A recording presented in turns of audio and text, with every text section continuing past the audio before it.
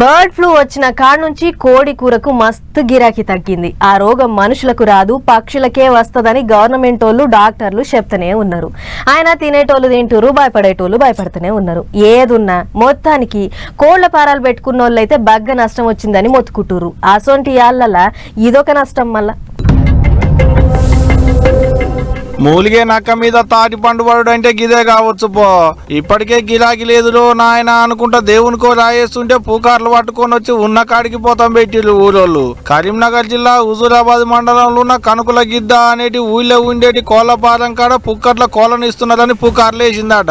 వచ్చేటి రోగం ఎట్టున్నా వస్తుంది అనుకున్నట్టున్నారు కావచ్చు. పుక్కట్ల కోళ్ళు అనగానే గీ తీరిగబడ్డది కోళ్లపారాల మీదకి.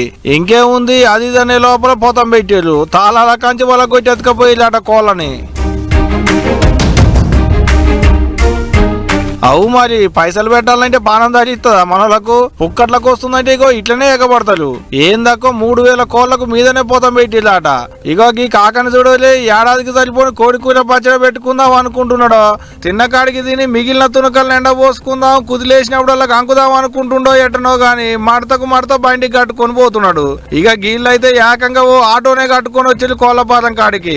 ఇప్పటికే కోళ్లపారాలు పెట్టుకున్న వాళ్ళకు నష్టాలు వచ్చినాయిలా అంటే ఇప్పుడు ఇట్ట కొంత ఆగం. కానీ చూడులి ఎట్టుందో కథ.